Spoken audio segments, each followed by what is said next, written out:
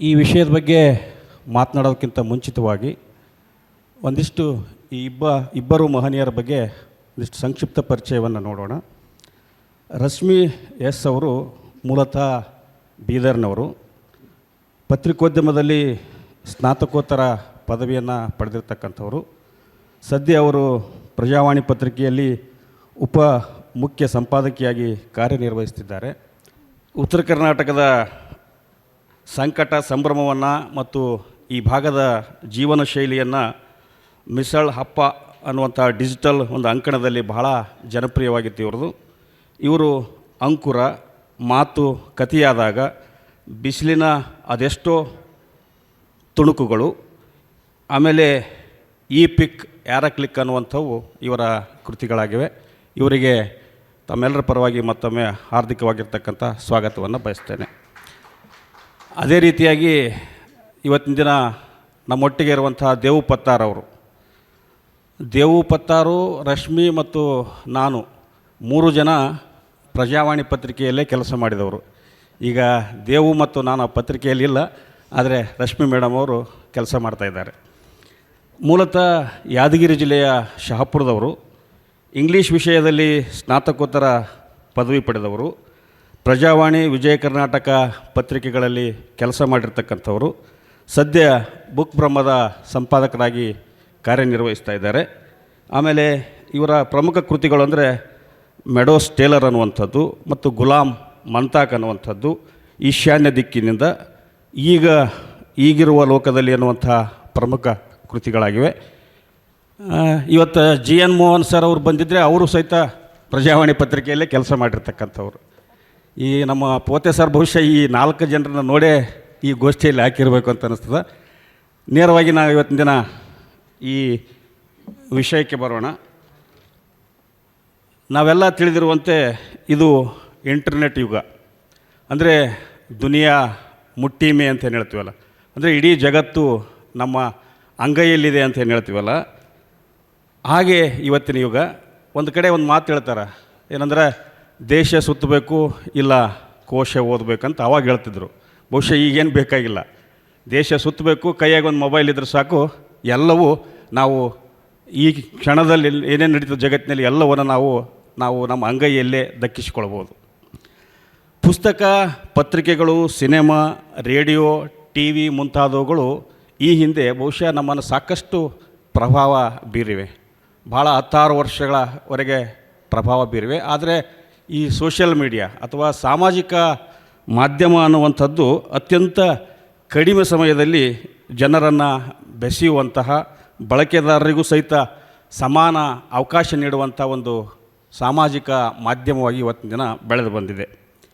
ಈ ತಂತ್ರಜ್ಞಾನದ ಹುಟ್ಟು ಇಂಗ್ಲೀಷ್ ವಾತಾವರಣದಲ್ಲಿ ಆಗಿದ್ದರೂ ಸಹಿತ ಇಂಗ್ಲೀಷ್ ಅಲ್ಪ ಸ್ವಲ್ಪ ಬರುವಂಥ ಬೆರಳೆಣಿಕೆಯ ಜನರಿಗೆ ಮಾತ್ರ ಆಗ ಅದನ್ನು ಬಳಸ್ತಿದ್ದರು. ಆದರೆ ಇಂಟರ್ನೆಟ್ನಲ್ಲಿ ಕನ್ನಡ ಬಳಸುವುದು ಶುರುವಾದಾಗ ಅದರಲ್ಲೂ ಯುನಿಕೋಡ್ ಬಳಕೆ ಶುರುವಾಗುತ್ತಿದ್ದಂತೆ ಕನ್ನಡವು ಸಾಮಾಜಿಕ ಮಾಧ್ಯಮದ ಜಗತ್ತಿಗೆ ತನ್ನನ್ನು ತಾನು ತೆರೆದುಕೊಂಡಿತು.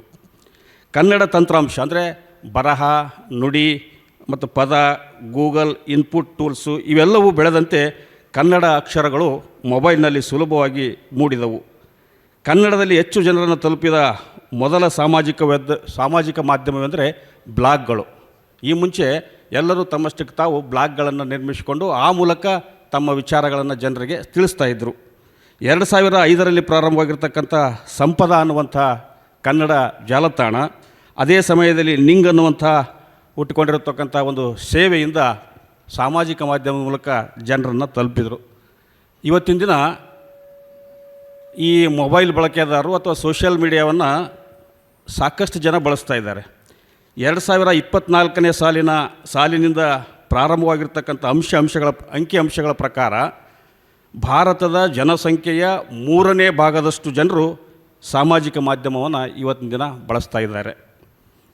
ಕನ್ನಡ ಭಾಷೆ, ಸಾಹಿತ್ಯ, ಸಂಸ್ಕೃತಿ ಪ್ರಸಾರದಲ್ಲೂ ಸಹಿತ ಸಾಮಾಜಿಕ ಮಾಧ್ಯಮವನ್ನು ಭಾಳ ಪರಿಣಾಮಕಾರಿಯಾಗಿ ಇವತ್ತಿನ ದಿನ ಉಪಯೋಗ ಮಾಡ್ತಾ ಇದ್ದಾರೆ. ಆದರೆ ಇಲ್ಲಿ ನಮ್ಮ ಕನ್ನಡ ಭಾಷೆಯ ಬಳಕೆಯ ಅಷ್ಟಿಷ್ಟು ಬದಲಾಗಿದೆ. ಯಾಕಂದ್ರೆ ಅನೇಕ ಈ ಕನ್ನಡದ ಜಾಗದಲ್ಲಿ ಇಂಗ್ಲೀಷ್ ಪದಗಳು ನಮ್ಮನ್ನು ಆವರಿಸಿಕೊಂಡಿವೆ. ಈಗ ಉದಾಹರಣೆಗಾಗಿ ಕೆಲವು ಪದಗಳನ್ನೇ ಬರೆಯೋದಿಲ್ಲ ನಾವು, ಚಿತ್ರಾಕ್ಷರ ಅಂತೀವಲ್ಲ, ಅಂದರೆ ಎಂಬೂಜಿ ಅಂತ ಕೇಳ್ತೀವಲ್ಲ ಅವನ್ನ. ಅಂದರೆ ಈ ದುಃಖ ಆದೊತ್ನ್ಯಾಗ, ಸುಖ ಬಂದೊತ್ನ್ಯಾಗ ಅಥವಾ ಗೆಲುವಿದ್ದೊತ್ನ್ಯಾಗ ಈ ಎಮೋಜಿಗಳನ್ನು ಬಳಸಿ ಕನ್ನಡ ಪದಗಳು ಒಂದರ್ಥದಲ್ಲಿ ಬಹುಶಃ ನಾಶ ಆಗ್ತಾಯಿವೆ ಅಂತ ನನಗನ್ನಿಸ್ತಾ ಇದೆ. ಈ ಆರ್ಟಿಫಿಷಿಯಲ್ ಇಂಟೆಲಿಜೆನ್ಸ್ ಮೂಲಕಂತೂ ಬಹುಶಃ ಏನೇನು ನೋಡ್ಬೋದೋ ಗೊತ್ತಿಲ್ಲ. ಯಾಕಂದರೆ ನಾವೆಲ್ಲ ನೋಡ್ತಾ ಇದ್ದೀವಿ, ನಮ್ಮ ದೇಶದ ಪ್ರಧಾನಿಗಳಾಗಿರ್ತಕ್ಕಂಥ ಮೋದಿಯವರು, ಕಾಂಗ್ರೆಸ್ ಪಕ್ಷದ ಅಧ್ಯಕ್ಷರಾಗಿರ್ತಕ್ಕಂಥ ರಾಹುಲ್ ಗಾಂಧಿಯವರನ್ನು, ಹೀಗೆ ಅನೇಕ ಜನರನ್ನ ಅನೇಕ ರೀತಿಯಲ್ಲಿ ಈ ಇದರ ಮೂಲಕ ಆರ್ಟಿಫಿಷಿಯಲ್ ಇಂಟೆಲಿಜೆನ್ಸ್ ಮೂಲಕ ತೋರಿಸ್ತಾ ಇದ್ದಾರೆ. ಈ ಸಾಮಾಜಿಕ ಮಾಧ್ಯಮದ ಮೂಲಕ ಕನ್ನಡ ಸಾಹಿತ್ಯ ಜಾಗತಿಕ ಮಟ್ಟದಲ್ಲಿ ಬೆಳೆದು ನಿಲ್ಲುವಂತಾಗಿದೆ. ಒಂದರ್ಥ ಇದರ ಅಡ್ಡ ಪರಿಣಾಮಗಳು ಇರ್ಬೋದು, ದುಷ್ಪರಿಣಾಮಗಳು ಇರ್ಬೋದು. ಆದರೆ ಒಂದು ಮಾತನ್ನು ಹೇಳ್ಬೋದು, ಏನಂದರೆ ಈ ಸಾಮಾಜಿಕ ಜಾಲತಾಣದ ಬಳಕೆಯಿಂದಾಗಿ ಇವತ್ತಿನ ದಿನ ಕನ್ನಡ ಜಾಗತಿಕ ಮಟ್ಟದಲ್ಲಿ ಇವತ್ತಿನ ದಿನ ಬೆಳೆದು ನಿಂತಿದೆ. ಅದು ಹೇಗೆಂದರೆ, ಈ ಪತ್ರಿಕೆಗಳಲ್ಲಿ ಡಿಜಿಟಲ್ ಸ್ಪರ್ಶ ನೀಡಿದ ಹೊತ್ತಿನಾಗ ಅವು ಬಹುಕಾಲದವರೆಗೆ ಉಳಿಯಬಹುದು. ಮತ್ತು ಈ ಸಾಮಾಜಿಕ ಮಾಧ್ಯಮದಿಂದ ಅವನ್ನ ಏನಂದರೆ ಅನುವಾದ ಕೂಡ ಭಾಳ ಈಸಿ ಆಗ್ತದೆ ಅಂತ ಅನ್ನಿಸ್ತದೆ. ಒಂದು ಕೃತಿಯನ್ನು ಓದುವಂತಹ, ಅದನ್ನು ಅನುಭವಿಸುವಂಥ ಒಂದು ಇದನ್ನೇ ಬೇರೆ, ಆದರೆ ಆ ಕೃತಿಯನ್ನು ವಿಮರ್ಶೆಯನ್ನು ಕೇಳುವುದು, ನೋಡುವ ಅನುಭವವನ್ನೇ ಬೇರೆ. ಅಂದರೆ ಹೀಗೆ ವಿಭಿನ್ನ ಅನುಭವವನ್ನು ಈ ಸಾಮಾಜಿಕ ಮಾಧ್ಯಮ ನಮಗೆ ತಂದು ಕೊಟ್ಟಿದೆ. ಸೋಷಿಯಲ್ ಮೀಡಿಯಾ ಒಂದು ಕಾಲದಲ್ಲಿತ್ತು. ಸೋಷಿಯಲ್ ಮೀಡಿಯಾದಲ್ಲಿ ಬರುವಂಥ ಸಾಹಿತ್ಯವೇ ಅಲ್ಲ ಅಂತ ಹೇಳ್ತಿದ್ರಂತೆ. ನಿನ್ನೆ ತಾನೇ ಕೆಳಗಡೆ ಒಂದು ಗೋಷ್ಠಿಯಲ್ಲಿ ಚರ್ಚೆ ನಡೀತಾ ಇತ್ತು. ಅಂದರೆ ಕವಿಗಳನ್ನು ನಾವು ಬರೀ ಪುಸ್ತಕ ಅಚ್ಚು ಹಾಕಿದವರು, ಪ್ರಿಂಟ್ ಹಾಕಿಸಿದವ್ರನ್ನ ಮಾತ್ರ ಕವಿಗಳಂತ ಗುರುತಿಸಲಾರದೆ, ಸೋಷಿಯಲ್ ಮೀಡಿಯಾದಲ್ಲಿ ಫೇಸ್ಬುಕ್ನಲ್ಲಿ, ವಾಟ್ಸಪ್ನಲ್ಲಿ, ಇನ್ಸ್ಟಾಗ್ರಾಮ್ನಲ್ಲಿ ಬಿಡ್ತಕ್ಕಂಥ ಈ ಬರಹಗಾರನ ಸಹಿತ ನಾವು ಗುರುತಿಸಬೇಕು. ಬಹುಶಃ ಅಂಥ ಕಾಲ ಇವತ್ತಿನ ದಿನ ಬಂದು ಒದಗಿದೆ. ಬದಲಾವಣೆ ಜಗದ ನಿಯಮ. ಹೀಗಾಗಿ ಕಾಲಕ್ಕೆ ತಕ್ಕಂತೆ ನಾವು ಬದಲಾಗಲೇಬೇಕು. ಹೀಗೆ ಈ ಹಿನ್ನೆಲೆಯಲ್ಲಿ ಇವತ್ತಿನ ದಿನ ಸಾಮಾಜಿಕ ಮಾಧ್ಯಮ ಮತ್ತು ಕನ್ನಡ ಸಾಹಿತ್ಯ ಅನ್ನುವಂಥದ್ದು, ಮೇಡಮ್ ಅವರಿಗೆ ನೆನಪಿರ್ಬೇಕು ನಮಗೆ. ನಾ 2008 ಮತ್ತು 2009 ಇಲ್ಲೇ ಪ್ರಜಾವಾಣಿ ಪತ್ರಿಕೆಯಲ್ಲಿ ಇದ್ವಿ. ನಮ್ಮ ಸುದ್ದಿಗಳು ಕೆಲವು ಜನ ಬ್ಯೂರೋ ಚೀಫ್ಗಳು ಇರ್ತಾರೆ. ಅವಾಗ ರಾಜ್ಯ ಮಟ್ಟದ ಸುದ್ದಿಗಳಿದ್ರೆ ಸಹಿತ ಸಿಟಿಗೆ ಹಾಕೊಂಡ್ಬಿಡೋರು. ನಮ್ಮ ಫ್ರೆಂಡ್ಸ್ ಎಲ್ಲ ಭಾಳ ನಾರಾಜಾಗಿಬಿಡ್ತಿದ್ರು. ಏನು ರೀ ಅಂಥ ಒಳ್ಳೆಯ ಸುದ್ದಿ, ಇಡೀ ರಾಜ್ಯಕ್ಕೆ ಒಂದು ಒಳ್ಳೆ ಇದು ಮೆಸೇಜ್ ಕೊಡುವಂಥದ್ದಿತ್ತು, ಇವ್ರು ಇಲ್ಲೇ ಹಾಕ್ಕೊಂಡ್ರಲ್ಲ ಅಂತ. ಇರಲಿ ಬಿಡು, ಚಿಂತೆ ಯಾಕೆ ಮಾಡ್ತೀನಿ ಅಂತ ಹೇಳ್ತೀನಿ ನಾನು. ಮಹೇಶ್ ಕನ್ನೇಶ್ವರು, ನಮ್ಮ ಗವಿ ಬೇಳೆಯವರೆಲ್ಲರೂ ನಾವು ಹಿಂಗೆ ಹೇಳ್ತಿದ್ವಿ, ಸರ್ ಚಿಂತೆ ಯಾಕೆ ಮಾಡ್ತೀರಿ, ಇವರು ಸಿಟಿ ಎಡಿಷನ್ಗೆ ಹಾಕ್ಬೋದು, ಜಿಲ್ಲಾ ಎಡಿಷನ್ಗೆ ಹಾಕ್ಬೋದು, ಆದರೆ ನಮ್ಮದೇ ಆಗಿರ್ತಕ್ಕಂಥ ಒಂದು ಸೋಷಿಯಲ್ ಮೀಡಿಯಾ ಇದೆ. ಫೇಸ್ಬುಕ್ ಅವಾಗ ಭಾಳ ಜೋರಿತ್ತು. ಫೇಸ್ಬುಕ್ಗೆ ಹಾಕೊಂಡು ಅದಕ್ಕೆ ಆಲ್ ಎಡಿಷನ್ ಇದ್ದಂಗೆ ಅದನ್ನು. ಯಾಕಂದ್ರೆ ಪತ್ರಿಕೆ ಓದೋರ ಸಂಖ್ಯೆ ಕಡಿಮೆ ಇರೋ ಸಂದರ್ಭದಲ್ಲಿ ಫೇಸ್ಬುಕ್ಕನ್ನು ಬಳಕೆ ಮಾಡೋ ಮೂಲಕ ಭಾಳ ಜನರಿಗೆ ನಾವು ಭಾಳ ಅತ್ಯಂತ ಕಡಿಮೆ ಅವಧಿಯಲ್ಲಿ ತಲುಪ್ಬೋದು. ಈ ಹಿನ್ನೆಲೆಯಲ್ಲಿ ಇವತ್ತಿನ ದಿನ ಸಾಮಾಜಿಕ ಮಾಧ್ಯಮ ಮತ್ತು ಕನ್ನಡ ಸಾಹಿತ್ಯ ಅನ್ನುವಂಥದ್ದನ್ನು ವಿಷಯ ಬಗ್ಗೆ ಚರ್ಚೆ ಮಾಡ್ತಿದ್ದೇವೆ. ಈ ಚರ್ಚೆಯನ್ನು ಮೊಟ್ಟ ಮೊದಲನೇದಾಗಿ ನಮ್ಮ ರಶ್ಮಿ ಎಸ್ ಅವರು ಅದನ್ನು ಆರಂಭಿಸಬೇಕು. ಅಂದರೆ ಈ ಸಾಮಾಜಿಕ ಮಾಧ್ಯಮದ ಒಳಿತು ಕೆಡುಕುಗಳು ಏನೇನು ಅನ್ನೋದ್ರ ಬಗ್ಗೆ ಒಂದಿಷ್ಟು ನಮ್ಮ ಜೊತೆ ಹಂಚಿಕೊಳ್ಬೇಕಾಗಿ ನಾನು ಅವರಲ್ಲಿ ವಿನಂತಿಸ್ತೇನೆ. ಎಲ್ರಿಗೂ ನಮಸ್ಕಾರ. ಸೋಷಿಯಲ್ ಮೀಡಿಯಾ ಮತ್ತು ಸಾಹಿತ್ಯ ಅಂದಾಗ ನಾನು 2 ವಿಷಯನ ಚರ್ಚೆ ಮಾಡೋಕ್ಕೆ ಇಷ್ಟಪಡ್ತೀನಿ. ಮೊದಲನೇದು ಇದರ ರೀಚ್. ನೇರ ವಿಷಯಕ್ಕೆ ಬರ್ತೀನಿ. ಈಗಾಗಲೇ ಶಿವರಂಜನ್ ಅದರ ಇನ್ಪುಟ್ಸು ಅದೆಲ್ಲ ಹೇಳಿರೋದ್ರಿಂದ, ಒಂದು ಸೋಷಿಯಲ್ ಮೀಡಿಯಾದಲ್ಲಿ ಸಾಹಿತ್ಯದ ರೀಚ್ ದೊಡ್ಡದಾಗ ಕಾರಣ ಏನು ಅಂದರೆ, ಅದು ಇಂಟರ್ಯಾಕ್ಟಿವ್ ಮೀಡಿಯಾ. ನಾವೇನು ಬರಿತೀವೋ ಅದಕ್ಕೆ ಕೂಡಲೇ ಆ ಕಡೆಯಿಂದ ಲೈಕ್ ಸಿಗತ್ತೋ, ಹಿಂಗೆ ಸಿಗತ್ತೋ ಏನೇನೋ ಸಿಗ್ತವೆ. ಬಟ್ ನಮಗದು ರೆಸ್ಪಾನ್ಸ್ ಸಿಗುತ್ತೆ. ಅಂದರೆ ಓದಿದ ಓದುಗನಿಗೆ ಅದು ಏನು ಅನ್ನಿಸ್ತು ಅನ್ನೋದು ಗೊತ್ತಾಗ್ತದೆ. ಕೆಲವು ಭಾಳ ಜನ ಧಾರಾಳಿಗಳಾಗಿದ್ದರೆ ಕಮೆಂಟ್ ಹಾಕ್ತಾರೆ. ಕಮೆಂಟ್ ಹಾಕುವ ಮನಸ್ಸಿದ್ದು ಬರೆಯೋಕ್ಕಾಗದೇ ಇರೋರು ಅಲ್ಲಿಯದ್ದೇ ಸೈನ್ ಲ್ಯಾಂಗ್ವೇಜ್ಗಳನ್ನು ಬಳಸ್ತಾರೆ. ಇವರು ಇಮೋಜಿಗಳೇನು ಹೇಳ್ತಾರಲ್ಲ, ನಾನು ಅದಕ್ಕೆ ಶೂರ್ಪನಖಿ ಸಂತಾನ ಅಂತ ಕರಿತೀನಿ. ಯಾಕಂದರೆ ಅದಕ್ಕೆ ಮೂಗು ಇಲ್ಲ, ಕಿವಿನೂ ಇಲ್ಲ. ಆ ಶೂರ್ಪನಖಿ ಸಂತಾನಗಳನ್ನು ಬಳಸೋದು ಸರಳ ಆಗಿದೆ. ಆದ್ರೆ ಇಲ್ಲಿ ಸಾಹಿತ್ಯದ ರೀಚ್ ದೊಡ್ಡದಾಗಕ್ಕೆ ಮೊದಲ ಕಾರಣ ಏನು ಅಂದ್ರೆ, ಜನರಿಂದ ದೊರೆಯುವ ಆ ಕ್ಷಣದ ಪ್ರತಿಕ್ರಿಯೆ. ಆ ಕೂಡಲೇ ಪ್ರತಿಕ್ರಿಯೆಗಳು ಸಿಗ್ತಾವೆ, ಆ ಕೂಡಲೇ ಪ್ರತಿಸ್ಪಂದಿಸ್ತಾರೆ. ಹಾಗಾಗಿ ನಾವು ಭಾಳ ಲಘು ಕನೆಕ್ಟ್ ಆಗ್ತೀವಿ. ಮೊದಲೆಲ್ಲ ಸಾಹಿತ್ಯ ಹೆಂಗಿತ್ತು ಅಂದರೆ ಓದುಗರಿಗೆ ಮಾತ್ರ ಸಿಗ್ತದೆ ಅನ್ನೋ ಹಂಗಿತ್ತು. ಈಗ ಕಣ್ಣಾಡಿಸ್ಕೊಂಡು ಹೋಗೋರೆಲ್ಲರಿಗೂ ಸಿಗ್ತದೆ. ನೀವು ಕಣ್ಣಾಡಿಸಿದವರಿಗೆ ಎಷ್ಟೊತ್ತು ನೀವು ಹಿಡಿದಿಡಬಲ್ಲಿರಿ ಅನ್ನೋದು ನಿಮ್ಮ ಮೊದಲ 3-4 ಸಾಲುಗಳಲ್ಲಿ ಗೊತ್ತಾಗ್ತದೆ. ಆ 3-4 ಸಾಲುಗಳು ಸಶಕ್ತ ಆಗಿರ್ತಾವ ಅಥವಾ ವಿಡ್ಡಿ ಆಗಿರ್ತಾವ ಅಥವಾ ಭಾಳ ಹಾಸ್ಯದಿಂದ ಕೂಡಿರ್ತಾವ, ಅಪಹಾಸ್ಯದಿಂದ ಕೂಡಿರ್ತಾವ, ದೂರಿನಿಂದ ಕೂಡಿರ್ತಾವ ಅಥವಾ ಒಲವಿನಿಂದ ಕೂಡಿರ್ತಾವ, ಅದು ಅವರವರ ಜಾನ್ರಿಗೆ ಬಿಟ್ಟಿರೋದು. ಆದ್ರೆ ಒಂದು ಹೊತ್ತಿಗೆ ಇದೇ ಸಾಹಿತ್ಯ ಯಾವಾಗ ನಾನು ಎದಕ್ಕೆ ಬರಿತೀನಿ ಅನ್ನೋದು ಹೇಳಿದ್ರು ಬಹುಶಃ ಭಾಳ ಸುಲಭ ಆಗ್ಬೋದು ಅನ್ನಿಸ್ತದೆ. ನಾನು ನನ್ನ ಬಿಡುಗಡೆಗಾಗಿ ಬರಿತೀನಿ. ಯಾರಾದರೂ ಓದಲಿ ಅನ್ನೋದಕ್ಕಿಂತ ನಂಗೆ ಅನಿಸಿರ್ತೈತಿ ಆ ಕ್ಷಣಕ್ಕೆ ಅದಕ್ಕೆ ಬರಿತೀನಿ ಅಷ್ಟೇ. ಹಂಗೆ ಬರೆಯೋರು ಭಾಳ ಜನ ಅದಾರ. ಹಂಗೆ ಬರೆಯೋರಿಗೂ ಸಹ ಒಂದು ಧೈರ್ಯ ಕೊಡ್ತಿರೋದು ಸೋಷಿಯಲ್ ಮೀಡಿಯಾ.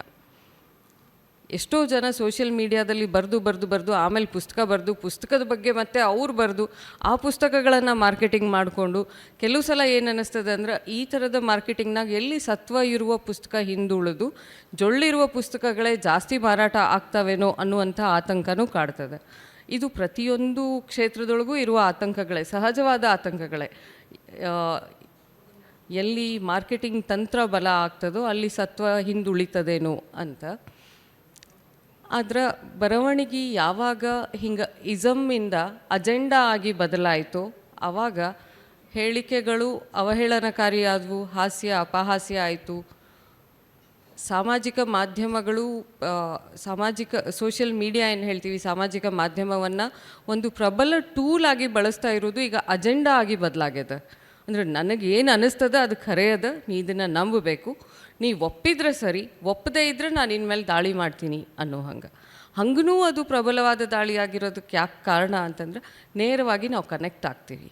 ಈ ನೇರವಾಗಿ ಕನೆಕ್ಟ್ ಆಗುವ ಒಂದೇ ಒಂದು ಕಾರಣಕ್ಕೆ ಸೋಷಿಯಲ್ ಮೀಡಿಯಾ ಸಾಹಿತ್ಯ ಅನ್ನೋದೇನದಲ್ಲ, ಒಂದು ಹಾದಿಯೊಳಗೆ ಭಾಳ ಚಲೋ ಅರಳಾಕತ್ತದ, ಇನ್ನೊಂದು ಹಾದಿಯೊಳಗೆ ಭಾಳ ಚಂದಗೆ ಕೆರಳಿಸಾಕತ್ತದ. ಆ ಕೆರಳುವಿಕೆಯ ಪ್ರತಿಸ್ಪಂದನೆಯಾಗಿ ನರಳೋರ ಸಂಖ್ಯೆನೂ ಜಾಸ್ತಿ ಆಗ್ಯದ. ಸೊ ಈ ಮೂರೂ ಏನು ಪದಗಳದಾವಲ್ಲ, ಅರಳುವುದು, ಕೆರಳುವುದು, ನರಳುವುದು, ಈ ಮೂರಕ್ಕೂ ಒಂದೇ ಮಾಧ್ಯಮ ಆಗಿರೋದು ನಾವು ಯಾವುದನ್ನು ಆಯ್ಕೆ ಮಾಡ್ಕೋತೀವಿ ಅನ್ನೋದ್ರ ಮೇಲೆ ಹೋಗ್ತದೆ. ಮೋಸ್ಟ್ಲಿ ಮುಂದಿನ ವಿಚಾರ ದೇವು ಇನ್ನೊಂಚೂರು ವಿವರಿಸ್ತಾರೆ ಅನ್ಕೋತೀನಿ. ಸ್ನೇಹಿತರೆ ನಮಸ್ಕಾರ. ನಾನು ಇದನ್ನು ಸಂವಾದ ರೀತಿಯಲ್ಲಿ ಇರ್ತದೆ ಅಂತ ಅಂದ್ಕೊಂಡು ಪ್ರಶ್ನೆ ಉತ್ತರ ಥರದ್ದು ಇರ್ತದೆ ಅಂತ ಅಂದ್ಕೊಂಡಿದ್ದೆ. ಮತ್ತು ಆರಂಭದಲ್ಲಿ ವಿದ್ವಾಂಸರು ಅಂತ ಹೇಳಿದರು, ಅದಕ್ಕೊಂದು ಸಣ್ಣ ಭಾಳ ಮನಸ್ಸಿಗೆ ತಟ್ಟಿದ ಸಂಗತಿ ಅದು. ನಾವು ಸಾಮಾನ್ಯ ಪತ್ರಕರ್ತರು ಬೇರೆಯವರು ಮಾತಾಡೋದನ್ನು ಬರೆಯುವ, ರಿಪೋರ್ಟ್ ಮಾಡುವ ಕೆಲಸ ಮಾಡೋದು, ನಾವೇ ಕೂತು ಮಾತಾಡೋದು ಅಂತೇನು ಇರೋದಿಲ್ಲ ಅಂತ ಅಂದ್ಕೊಂಡಿದ್ದವರು. ಈ ಹೊಸ ಮಾಧ್ಯಮ ಬಂದಮೇಲೆ ಮುದ್ರಣದಿಂದ ಎಕ್ದಮ್ ಡಿಜಿಟಲ್ ಆಗಿ ಶಿಫ್ಟ್ ಆದಮೇಲೆ ಕೆಲವು ಮೇಜರ್ ಬದಲಾವಣೆಗಳಾದವು.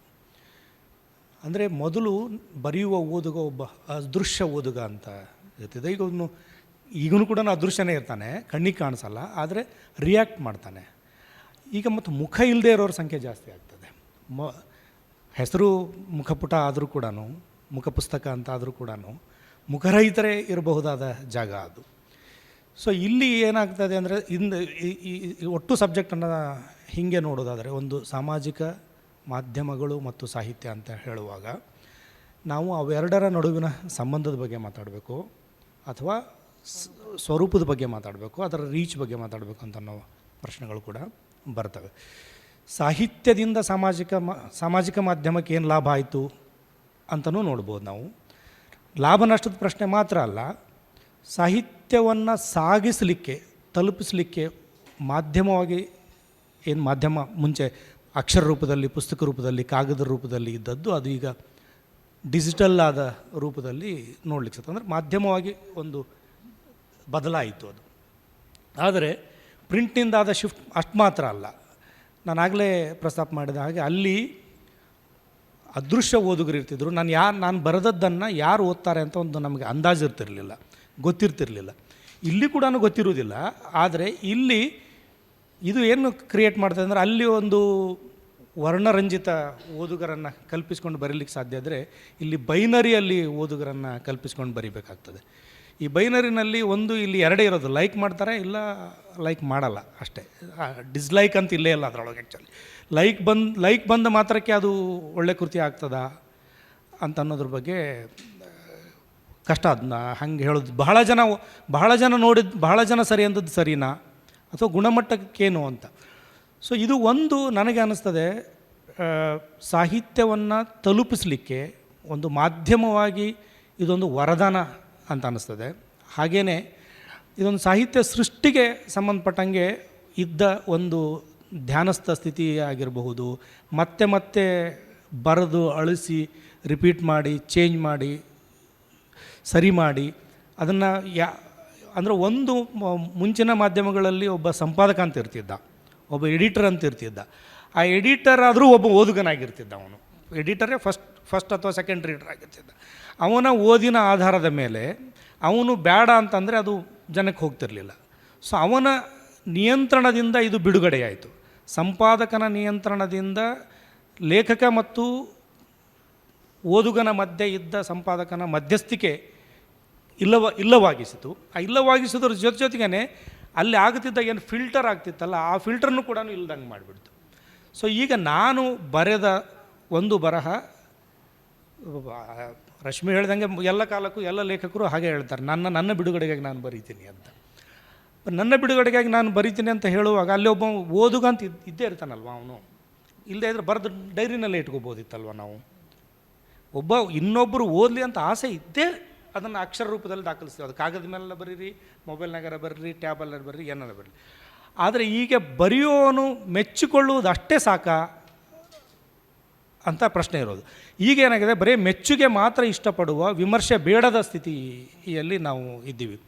ನೀವು ಯಾವುದಾದ್ರೂ ಒಂದು ಪಠ್ಯದ ಬಗ್ಗೆ ತಕರಾರು ಎತ್ತಿದರೆ ಅದು ಜಗಳದ ತಕರಾರಿನ ಜಗಳ ಅಂತಂದರೆ ಇಲ್ಲಿ ವಿಮರ್ಶೆ ಅನ್ನೋದು ಇಲ್ಲೇ ಇಲ್ಲ, ಟೀಕೆಗೆ ಮಾತ್ರ ಇದೆ, ಇಲ್ಲ ಪ್ರಶಂಸೆ. ಈ ಪ್ರಶಂಸೆ ಮತ್ತು ಟೀಕೆಗಳ ಮಧ್ಯೆ ಕಳೆದು ಹೋಗ್ತಾ ಇದ್ದೀವಿ ಅಂತ ಅನ್ನಿಸ್ತದೆ ಒಂದು. ಆಮೇಲೆ ಅದು ಬರೆದದ್ದೆಲ್ಲ ಬಂಗಾರ ಅಂತ, ಅಥವಾ ಪ್ರತಿಯೊಬ್ಬ ಲೇಖಕನಿಗೂ ಅದು ಇರ್ತದೆ, ಅದು ತಾನು ಬರೆದದ್ದೆಲ್ಲ ತನಗೆ ಬಂಗಾರ ಅಂತ ಅನ್ನಿಸ್ತದೆ. ಅದರೊಂದು ಕ್ರಿಟಿಕಲ್ಲಾಗಿ ನೋಡಬಹುದಾದ ಒಂದು ಸಾಧ್ಯತೆಯನ್ನು ಅದು ಇಲ್ಲವಾಗಿಸ್ತಾ ಇದೆ.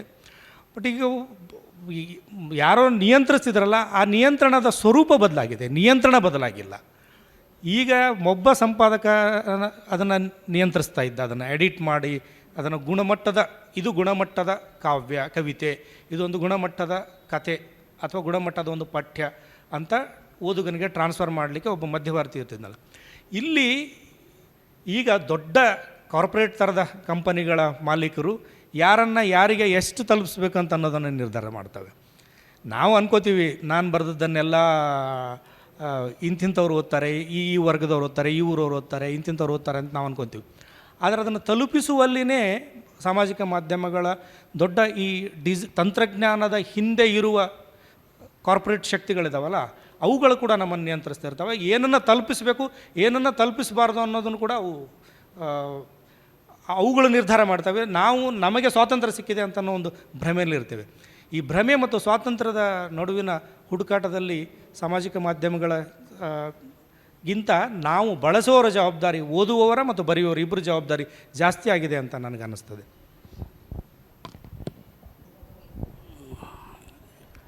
ದೇವರು ಹೇಳಿದಂಗೆ ಈ ಮೊದಲೆಲ್ಲ ಒಂದು ಸಿದ್ಧ ಮಾದರಿಯ ಇದಿರ್ತು, ಕ್ರಮ ಇರ್ತಿತ್ತು, ಸಾಹಿತ್ಯ ಬರಬೇಕಾದ್ರೆ ಹಿಂಗೆ ಅಂತ. ಆದರೆ ಸೋಷಿಯಲ್ ಮೀಡಿಯಾ ಬಂದ ಮೇಲೆ ಅದೆಲ್ಲವನ್ನು ಹೊಡೆದು ಹಾಕಿ ಬಸವಣ್ಣವ್ರು ಹೇಳುವಂತೆ ಆನು ಒಲಿದಂತೆ ಆಡುವೆ ಅಂತ ತಿಳ್ಕೊಂಡು ಒಲಿದಂತೆ ಆಡುವಂಥ ಒಂದು ಕ್ರಮವನ್ನು ಸೋಷಿಯಲ್ ಮೀಡಿಯಾ ನಮಗೆ ಕಲಿಸಿಕೊಡ್ತು. ಆದರೆ ಈ ಸೋಷಿಯಲ್ ಮೀಡಿಯಾದ್ದು ಒಂದು ಥರದ ಹಾವಳಿ ಎಷ್ಟು ಹೆಂಗಾಗ್ಯದ ಅಂತಂದ್ರೆ, ಒಂದು ಉದಾಹರಣೆ ಹೇಳ್ತೀನಿ ನಿಮಗೆ. ಯಾರ ಮನೆಗಾದ್ರೆ ಹೆಣ್ಣು ನೋಡ್ಲಿಕ್ಕೆ ಹೋದ್ರೆ ನಿಮ್ಮ ಹುಡುಗ ಏನು ಮಾಡ್ತಾನೆ ರೀ ಅಂದ್ರೆ, ನಮ್ಮ ಹುಡುಗ ಭಾಳ ಬ್ಯುಸಿ ಇರ್ತಾನೆ ರೀ, ಸದಾ ಏನು ಮಾಡ್ತಾನೆ ರೀ, ಏನಿಲ್ಲ ರೀ, ಅವನದೇ ಒಂದು ಫೇಸ್ಬುಕ್ ಅಕೌಂಟ್ ಆದ್ರಿ, ಆಮೇಲೆ ವಾಟ್ಸಪ್ಪು ಅಕೌಂಟ್ ಆದ್ರಿ, ಅದ್ರ ಜೊತೆಗೆ ಇತ್ತೀಚೆಗೆ ಇನ್ಸ್ಟಾಗ್ರಾಮ್ ಅಕೌಂಟನ್ನು ತೆಗ್ದಾನೆ ರೀ. ಇದು ಅಲ್ಲದೆ ಒಂದು ವಾಟ್ಸಪ್ದು ಗ್ರೂಪಿಂದು ಅಡ್ಮಿನ್ ಅವನೇ ಅನ್ರಿ, ಭಾಳ ಬ್ಯುಸಿ ಇರ್ತಾನೆ ರೀ ಅನ್ನುವಂಥ ಒಂದು ವಾತಾವರಣ ಇವತ್ತಿನ ದಿನ ನಮ್ಮ ಮಧ್ಯೆ ಉಂಟಾಗಿದೆ. ಆದರೆ ದೇವರು ಹೇಳಿದಂಗೆ ಇದು ಕೂಡ ಈ ಸೋಷಿಯಲ್ ಮೀಡಿಯಾನು ಕೂಡ ಒಂದು ಕಾರ್ಪೊರೇಟ್ ಜಗತ್ತು ಆಳ್ತದಂತ ಅನ್ನಿಸ್ಲಿಕ್ಕತ್ತದ. ಈಗ ಉದಾಹರಣೆಗಾಗಿ ದೇವರ ಬುಕ್ ಬ್ರಹ್ಮ ಅನ್ನುವಂಥದ್ದು ಅನೇಕ ಜನ ನಮ್ಮ ಕಲ್ಯಾಣ ಕರ್ನಾಟಕದವರಿಗಂತೂ ಬೆಂಗಳೂರು ತನಕ ಮುಟ್ಟೋದೇ ಆಗ್ತಿರಲಿಲ್ಲ. ಆದರೆ ಎಲ್ಲ ಈ ಭಾಗದ ಕವಿ ಸಾಹಿತಿಗಳನ್ನು ರಾಜ್ಯ ಮಟ್ಟಕ್ಕೆ ಮುಟ್ಟಿಸಿರ್ತಕ್ಕಂಥ ಕೀರ್ತಿ ಪತ್ರಿಕೆಗಳ ನಂತರ, ಮುದ್ರಣ ಮಾಧ್ಯಮ ನಂತರ ಬಹುಶಃ ಬುಕ್ ಬ್ರಹ್ಮಕ್ಕೆ ಸಲ್ತದ ಅಂತ ನನ್ನ ಅನಿಸಿಕೆ. ಹೀಗೆ ಇಂಥ ಸೋಷಿಯಲ್ ಮೀಡಿಯಾ ಮೇಲೆ ಕನ್ನಡ ಸಾಹಿತ್ಯದ ನೆರಳು ಹೇಗೆ, ಅಥವಾ ಕನ್ನಡ ಸಾಹಿತ್ಯದ ಮೇಲೆ ಸೋಷಿಯಲ್ ಮೀಡಿಯಾದ ನೆರಳು ಹೇಗೆ ಅನ್ನೋದನ್ನು ರಶ್ಮಿಯವರು ಒಂದಿಷ್ಟು ವಿವರಿಸಬೇಕು. ಅಂದರೆ ಕನ್ನಡ ಸಾಹಿತ್ಯ ಸೋಷಿಯಲ್ ಮೀಡಿಯಾ ಬಳಕೆಯಿಂದ ಏನು ಅದರ ಇದು ಹೆಚ್ಚಾಯಿತು, ಪ್ರಚಾರ ಅಥವಾ ಕಡಿಮೆ ಆಯಿತು ಅನ್ನುವಂಥದ್ದು. ಒಂದೇನು ಅನ್ನಿಸ್ತದಂದ್ರೆ ನಂಗೆ ಒಂದು ದೊಡ್ಡ ಡ್ರಾಬ್ಯಾಕ್ ಇಲ್ಲಿ ಸೋಷಿಯಲ್ ಮೀಡಿಯಾದಾಗ ಸಾಹಿತ್ಯ ಸ್ವರೂಪ ಹೆಂಗಿರ್ತಿತ್ತು, ಮೊದಲ ಬರೀತಿದ್ರು, ಬರೆದಿದ್ದು ಅದಕ್ಕೇನಾದ್ರು ಅಭಿಪ್ರಾಯಗಳು ಬಂದರೂ ವೈಯಕ್ತಿಕವಾಗಿ ಬರ್ತಿದ್ವು, ಅವ್ರು ಅದನ್ನು ನೋಡ್ತಿದ್ರು. ಬಟ್ ಸೋಷಿಯಲ್ ಮೀಡಿಯಾ ಹಂಗಲ್ಲ. ನಾ ಸಂತಿಗೆ ಹೋಗಿದ್ನಿ, ಆಕಿ ತಂದಿದ್ಲು ಬೆಣ್ಣಿ ಅನ್ನೋ ಹಂಗೆ ಸಂತ್ಯಾಗ ಕುಂತಿರ್ತೀವಿ ನಾವು, ನಮ್ಮಷ್ಟಕ್ಕೆ ನಾವು ನಮ್ಮ ಸರಕನ್ನು ಅಲ್ಲಿಡ್ತೀವಿ, ಬಂದವ್ರು ತೊಗೋತಾರ, ನೋಡ್ತಾರ, ಇಷ್ಟಪಟ್ಟು ತೊಗೊಂಡು ಹೋಗ್ತಾರ, ಒಬ್ಬರು ಬ್ಯಾಡ್ ಅಂತಾರ, ಹಂಗದು. ಇಲ್ಲಿ ಈ ಪ್ರಕ್ರಿಯೆಯೊಳಗೇನದ, ಕೆಲವು ಸಲ ಬರವಣಿಗೆ ಮುಗಿದ ಮೇಲೂ ಈ ಟೀಕೆಗಳಿಗೆ ಜಸ್ಟಿಫೈ ಮಾಡ್ಕೊತ ಕೂಡ್ತಾರೆ. ಅವ್ರು ಹಿಂಗೆ ಅಂದರು ಅಂದ್ಕೂಡಲೇ ನಾ ಇದನ್ನು ಯಾಕೆ ಹಿಂಗೆ ಬರದೆ ಅಂತ ಹೇಳ್ತಾರೆ. ಅದು ಹಂಗೆ ಯಾಕೆ ಹಂಗೆ ಬರದೆ ಅನ್ನೋದು ಅವ್ರಿಗೆ ಅದು ಒಳಗಿಂದ ನೋಡ್ಕೊಂಡ್ರೆ ಹೊಸ ಹೊಳಹು ಅವ್ರಿಗೆ ಸಿಗಬಹುದು. ಆದ್ರೆ ಹೊರಗೆ ಜಸ್ಟಿಫೈ ಮಾಡ್ಕೊಳಕ್ಕೆ ಕೂತ್ಕೊಂಡಾಗ ನಾ ಏನು ಅದೀನಿ ಅನ್ನೋದಕ್ಕಿಂತ ನಾ ಹೆಂಗೆ ಕಾಣ್ತೀನಿ, ನಾ ಹೆಂಗೆ ಇರಬೇಕಂತೀನಿ ಅನ್ನೋದಕ್ಕೆ ಹೆಚ್ಚಿಗೆ ಮಹತ್ವ ಕೊಡ್ಕೊತ ಹೋಗ್ತಾರೆ. ಹಂಗಾದಾಗ ಸ್ವಲ್ಪ ಜಾಳ ಹಾಕೋತ ಹೋಗ್ತೀವೇನೋ ಅಂತ. ಅಂದರೆ ನಮ್ಮ ಬರವಣಿಗೆಯ ಬಗ್ಗೆ ನಮಗೇ ನಂಬಿಕೆ ಇಲ್ಲದಂಗೆ ಜಸ್ಟಿಫೈ ಮಾಡೋದಾಗಲಿ, ಅಥವಾ ಅವ್ರು ಹೇಳಿದ್ದಕ್ಕೊಂದು ಪ್ರತ್ಯುತ್ತರ ಕೊಡೋದಾಗಲಿ, ಆ ಪ್ರತ್ಯುತ್ತರಕ್ಕೆ ಮತ್ತೊಂದು ಚರ್ಚೆ ಶುರುವಾಗಿ ಕೊನೆಗೆ ನಾವು ಏನು ಹೇಳಿದ್ವಿ ಅನ್ನೋದ ಮರ್ತು ಹೋಗ್ತೈತಿ. ಇದು ಹೆಂಗಂದ್ರೆ ಕೋಟೆ ಬೀಳಕ್ಕೆ ಪದ್ಮಾವತಿ ಕಾರಣ ಅಂತ ಹೇಳ್ತಿರ್ತಾರಲ್ಲ, ಆಕಿ ಪದ್ಮಾವತಿಯನ್ನು ಚಂದುಳ್ಳಿ ಚೆಲುವೆ ಹೋಗ್ಬೇಕಾದ್ರೆ ಗಿಲಕ್ ಸಪ್ಪಳ ಬಂತಂತ ಆ ಗಿಲ್ ಗೆಜ್ಜಿ ನೋಡಕ್ಕೆ ಹೋಗಿ ಮಣ್ಣು ಕಲಸವ ಸರಿ ಕಲಿಸ್ಲಿಲ್ಲ, ಆಮೇಲೆ ಗಾರೆ ಕೆಲಸದವ ಸರಿ ಇಡಲಿಲ್ಲ, ಎಲ್ಲ ಕಾರಣ ಹೋಗಿ ಪದ್ಮಾವತಿಗೆ ಬಂದು ನಿಲ್ತದಂತ. ಹಂಗಾಗತ್ತದ. ಸೊ ಯಾವಾಗಲೂ ಮೊದಲೇನಿತ್ತು, ಸಾಹಿತ್ಯಕ್ಕೊಂದು ವಿಮರ್ಶೆ ಬರ್ತಿತ್ತಲ್ಲ, ಕೆಲವು ಸಲ ನಾವು ಪುಸ್ತಕಗಳನ್ನು ವಿಮರ್ಶೆ ಓದಿ ಆಮೇಲೆ ಪುಸ್ತಕ ಓದ್ತಿದ್ವಿ. ಅರೆ ಇವ್ರು ಹಿಂಗೆ ಹೇಳಾರ, ನಾವು ಇದನ್ನು ಓದುನು ಅಂಥೇಳಿ. ಈಗ ಕೆಲವು ಸಲ ಏನಾಗ್ತದೆ, ಮಂತ್ರಕ್ಕಿಂತ ಉಗುಳು ಜಾಸ್ತಿ ಅನ್ನೋ ಹಂಗೆ ಕಮೆಂಟ್ಸ್ಗಳು ದೊಡ್ಡ ಆಗ್ಬಿಡ್ತಾವೆ, ಉದುದು. ಒಬ್ರಿಗೊಬ್ರು ಒಪ್ಪೋದಿಲ್ಲ, ಒಬ್ರು ಒಪ್ತಾರ, ಒಬ್ರು ಜೈಕಾರ ಹಾಕ್ತಾರ, ಒಬ್ರು ಚೀಕಾರ ಹಾಕ್ತಾರ, ಒಬ್ರು ಚೀಮಾರಿ ಹಾಕ್ತಾರೆ. ಬಟ್ ಕಡಿಗೆ ಏನು ಆಗಾಗತ್ತದ ಅಂದ್ರೆ ಎರಡು ಆಗ್ತಾವೆ. ಒಂದು, ಇಸಮ್ ನೇಪಥ್ಯಕ್ಕೆ ಸರಿದು ಅಜೆಂಡಾ ಆಗಿ ನಿಂತ್ಕೋತದ, ನಾ ಹಿಂಗೆ ಹೇಳೇನಿ, ನಾ ಹಿಂಗೆ ಹೇಳ್ತೀನಿ, ನಾ ಇದನ್ನು ಪ್ರತಿಪಾದಿಸ್ತೀನಿ ಅಂತ. ಅದನ್ನು ಒಪ್ಪೋರು ಒಂದು ಗ್ರೂಪ್ ಹಾಕದ, ಒಪ್ಪದೇ ಇರೋರ್ದು ಒಂದು ಗ್ರೂಪ್ ಹಾಕದ. ತಮ್ಮ ಖುಷಿಗಾಗಿ ಒಂದು ಅಂಕಣ ಬರೆದು, ಈಗ ದೇವು ಹೇಳಿದ್ರಲ್ಲ, ಪತ್ರಿಕೆ ಒಳಗೆ ಬರೀಬೇಕಾದ್ರೆ ನಾವೆಲ್ಲರೂ ಅನ್ನೋನ್ ರೀಡರ್ಸ್ಗೆ ಬರೀತಿರ್ತೀವಿ. ನಾಗೇಶ್ ಹೆಗಡೆ ಸರ್ಗೆ ಇಷ್ಟು ಜನ ವಿರೋಧಿಗಳು ಇರ್ತಾರೆ ಅನ್ನೋ ಕಲ್ಪನೆನೇ ನಮಗಿರಲಿಲ್ಲ ಅಲ್ಲ. ನಾವೆಲ್ಲರೂ ಮೆಚ್ಕೊಂಡು ಓದ್ತಿದ್ವಿ ಅವರ ವಿಜ್ಞಾನ ವಿಶ್ವವನ್ನು. ಆದರೆ ಆಮೇಲೆ ಏನೆಲ್ಲ ಬರೆಯೋಕ್ಕೆ ಶುರು ಮಾಡಿದರು. ಹಾಂ, ತಕರಾರಿನ ಜೊತೆಗೆ ಒಪ್ಕೋತಿದ್ವಿ. ಹಾಂ, ಹೀಗಳಿಕೆ ಬೇರೆ. ನೀವು ಹೇಳಿದ್ದು ಬರೋಬ್ಬರಿ ಅದ. ವಿಮರ್ಶೆ ಮತ್ತು ಟೀಕೆ ನಡುವಿನ ಅಂತರ ದೇವು ಭಾಳ ಚಂದ ಹೇಳಿದರು. ಟೀಕೆ ಮಾಡೋಕ್ಕೆ ಎಲ್ಲರೂ ತಯಾರದೀವಿ, ವಿಮರ್ಶೆ ಮಾಡೋಕ್ಕೆ ಸರಕಬೇಕಲ್ಲ, ಒಳಗೆ ಓದಬೇಕಲ್ಲ, ಅದಿಲ್ಲ. ಸೊ ಭಾಳ ಸರ್ಫೇಸ್ ಲೆವೆಲಿನ ಸಾಹಿತ್ಯ ಏನೈತಿ ಅದು ಇಲ್ಲಿ ಕಾಣ್ಕೋತ ಹೋಗ್ತದೆ. ಯಾವುದು ಸತ್ವಯುತ ಐತಿ ಅದ್ರ ಬಗ್ಗೆ ಯಾರೂ ಓದಕ್ಕೆ ಹೋಗೋದಿಲ್ಲ, ಭಾಳ ಓದೋದಿಲ್ಲ. ಸುದೀರ್ಘ ಓದು ಅನ್ನೋದು ಅದು ಇವತ್ತಿನ ಜನ್ರೇಷನ್ನಾಗ ಇಲ್ಲ. ಸುದೀರ್ಘ ಓದು ಬೇಕು ಅಂದರೆ ನೀವು ಬರೋಬ್ಬರಿ ಯಾರೇ ಕಟ್ಟ ಓದುಗರಾಗಿರಬೇಕು, ಅವ್ರು ಮಾತ್ರ ಓದಕ್ಕೆ ಸಾಧ್ಯ. ನಮ್ಮಲ್ಲೇ ಒಂದು ಸರ್ವೆ ಮಾಡಿದ್ವಿ 2015-16 ಒಬ್ಬರು ಬಂದು ಹೇಳಿದರು, ಲಾಂಗ್ ಫಾರ್ಮ್ ಜರ್ನಲಿಸಮ್ ನೀವು ಮಾಡಬೇಕು, ಅದಕ್ಕೆ ಜನ ಓದ್ತಾರ ಅಂಥೇಳಿ. ಇದ್ದಕ್ಕಿದ್ದಂಗೆ ನಮಗೆಲ್ಲ ರಾಜ್ಯದಾದ್ಯಂತ ಒಂದು 10 ಜನ ರಿಪೋರ್ಟರ್ಸಿಗೆ ಕಳಿಸಿದ್ರು, ನೀವೆಲ್ಲ ಲಾಂಗ್ ಫಾರ್ಮ್ ಜರ್ನಲಿಸಮ್ ಮಾಡ್ಕೊಂಬನ್ನಿ ಅಂತ. ರವೀಂದ್ರ ಭಟ್ ಸರು, ಮಾಲತಿ ಭಟ್ಟು, ನಾನು, ವಿಶಾಖ, ರಘು ಎಲ್ಲರೂ ಓಡಾಡಿ ಬಂದ್ವಿ. 3ನೇದು ಪಬ್ಲಿಷ್ ಆಯಿತು. ಮೊದಲನೇದು ರವೀಂದ್ರ ಭಟ್ ಸರ್ದು, 2ನೇದು ಮಾಲ್ತಿದು ನವಾಯತ್ ಇದ್ರ ಬಗ್ಗೆ ಇತ್ತು, ಭಟ್ಕಳದ ಬಗ್ಗೆ. ಆಮೇಲೆ ಮೊದಲನೇದು ರವೀಂದ್ರ ಭಟ್ರು ಗೋಕರ್ಣದಲ್ಲಿ ಮಹಾಬಳನಿಲ್ಲ ಅಂತ ಅವ್ರು ಬರೆದ್ರು. 3ನೇದು ರಘುದ್ ಬಂತು, ವೀರಪ್ಪನ್ ಫ್ಯಾಮಿಲಿದು. ಅಷ್ಟೊತ್ತಿಗೆ ರೀಡರ್ಸ್ ಎಷ್ಟು ಜನ ಇದ್ದರು, ಏನು ರೆಸ್ಪಾಂಡ್ ಬಂತು ಅಂತ ನೋಡಿದರೆ ಅಷ್ಟುದ್ದ ಯಾರೂ ಓದಲ್ಲ, ಲಾಂಗ್ ಫಾರ್ಮ್ ಜರ್ನಲಿಸಮ್ ಬೇಕಿಲ್ಲ, ಮತ್ತು ಹಳೆ ಪದ್ಧತಿಗೆ ಹೋಗೋಣ, 350ರಿಂದ 500 ಪದಗಳೊಳಗೆ ಬರೀರಿ ಅಂತ ಹೇಳಿದರು. ಅಷ್ಟೊತ್ತಿಗೆ ನಾನು, ವಿಶಾಖ ಮತ್ತು ರಾಜಲಕ್ಷ್ಮಿ, ಕೋಡಿಬೆಟ್ಟು ರಾಜಲಕ್ಷ್ಮಿ, ನಾವೆಲ್ಲ ರಾಜ್ಯ ಸುತ್ತಾಡಿ ಬಂದ್ಬಿಟ್ಟಿದ್ವಿ. ನನಗೆ ವೇಶ್ಯಾವಾಟಿಕೆ ಬಗ್ಗೆ ಬರೀಬೇಕಾಗಿತ್ತು. ವೇಶ್ಯಾವಾಟಿಕೆಗೆ ನಾನು ಬೆಂಗಳೂರಿಂದ ಶುರು ಮಾಡಿ ಖಾನಾಪುರ, ಬೆಳಗಾವಿ, ರಬಕವಿ, ಬನಹಟ್ಟಿ, ಕೂಡ್ಲಿ, ಹೂವಿನ ಹಡಗಲಿ, ಬಳ್ಳಾರಿ, ಈ ಎಲ್ಲ ಜಿಲ್ಲೆಗಳನ್ನು ಸುತ್ಕೊಂಡು ಹೋಗಿ ಬರ್ತಿದ್ವಿ. ಬಟ್ ಅದು ಹಾಗೆ ಉಳೀತು. ಏನು ಮಾಡೋಣ ಸರ್ ಅಂತ ಹೋಗಿ ಕೇಳಿದ್ವಿ. ದಂಡವತಿ ಸರ್ ಇದ್ರು ಅವಾಗ. ಏನು ಮಾಡೋಣ ಸರ್ ಅಂತ. ಇಲ್ಲ, ಈಗ ಇದನ್ನು ಪ್ರಕಟಿಸಬಾರ್ದು ಅಂತ ನಿರ್ಧಾರ ಆಗಿದೆ, ನೀವು ಬೇಕಾದ್ರೆ ನಿಮ್ಮ ಸೋಷಿಯಲ್ ಮೀಡಿಯಾ ಒಳಗೆ ಪಬ್ಲಿಷ್ ಮಾಡಿರಿ ಅಂತ. ಸೊ ಕೆಲವು ಸಲ ಈ ಗ್ರೇ ಲಿಟ್ರೇಚರ್ ಅಂತ ಏನು ಹೇಳ್ತೀವಿ, ಅಂದರೆ ಕೆಲವರ ಸಂಶೋಧನಾತ್ಮಕ ಬರವಣಿಗೆಗಳಾಗಿರಬಹುದು, ಅಥವಾ ಸಂಖ್ಯಾತ್ಮಕ ಬರವಣಿಗೆಗಳಾಗಿರ್ಬೋದು, ಅಥವಾ ರಿಸರ್ಚ್ ಬೇಸ್ಡ್ ಆಗಿರ್ಬೋದು, ಯಾವುದು ಪುಸ್ತಕ ರೂಪದಲ್ಲಿ ಬಂದರೆ ತಗೋತಾರೋ ಇಲ್ವೋ, ಓದ್ತಾರೋ ಇಲ್ವೋ ಅನ್ನುವ ಆತಂಕ ಇರುವಂಥವರಾಗಿರ್ಬೋದು, ಅಥವಾ ನನ್ನಂಗೆ ಸೋಂಬೇರಿಗಳಾಗಿರ್ತೀವಲ್ಲ, ಸಂಯಮ ಇಲ್ಲದೆ ಇರೋರು, ಒಂದು ಪುಸ್ತಕ ಮಾಡೋಷ್ಟು ಸಂಯಮ ಇಲ್ಲದೆ ಇರೋರು, ಅಥವಾ ಇದು ಮಾಡಿ ಏನು ಉಪಯೋಗ ಅನ್ನುವಂಥ ಉಡಾಫೆತನದಿಂದ ಬದುಕೋರು, ಅಂಥವ್ರಿಗೆಲ್ಲ ಇದು ಒಳ್ಳೇದನ್ಸುತ್ತೆ. ಒಂದು ಸತಿ ಹಾಕಿ ಮರ್ತು ಬಿಡ್ಬೋದು.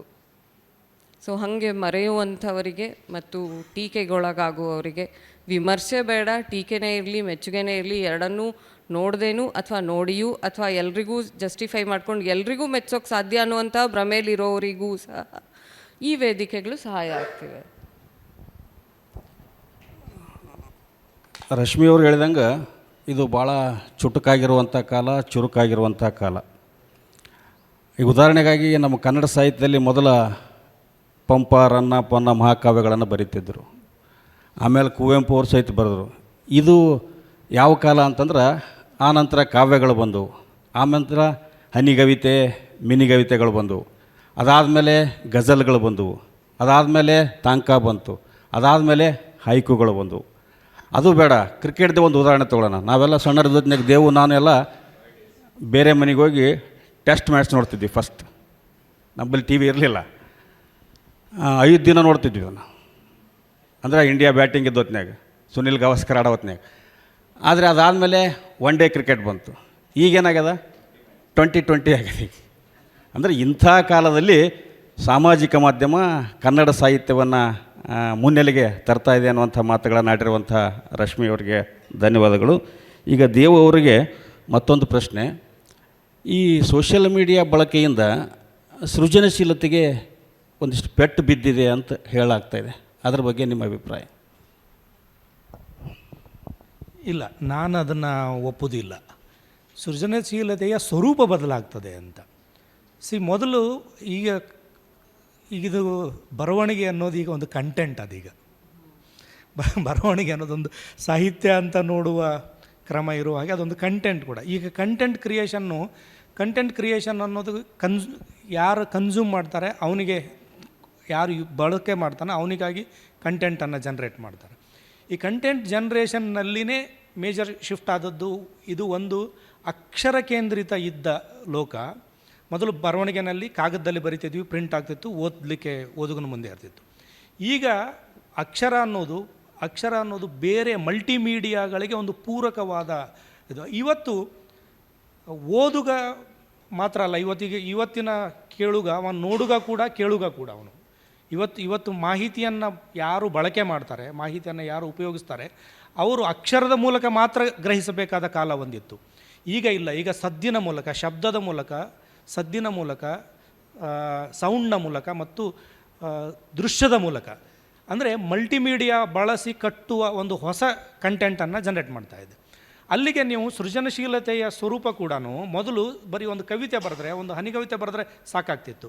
ಈಗ ಹನಿಗವಿತೆ ಬರೆದರೆ ಹೇಗೆ ಅದನ್ನು ವಿಜುವಲ್ ಆಗಿ ಪ್ರೆಸೆಂಟ್ ಮಾಡಬೇಕು, ಅದರ ವಿಜುವಲ್ ಮಟೀರಿಯಲ್ ಏನೇನನ್ನು ಬಳಸಬೇಕು, ಮತ್ತು ಅದನ್ನು ತಲುಪಿಸುವುದಕ್ಕಾಗಿ ಯಾವ ರೀತಿಯ ತಂತ್ರಗಳನ್ನು ಅಂದರೆ ಇದೊಂದು ಮಲ್ಟಿ ಟಾಸ್ಕಿಂಗ್ ಕೆಲಸ ಎಕ್ಸ್ಪೆಕ್ಟ್ ಮಾಡ್ತಾ ಇದೆ ಲೇಖಕನಿಂದ, ಕವಿಯಿಂದ.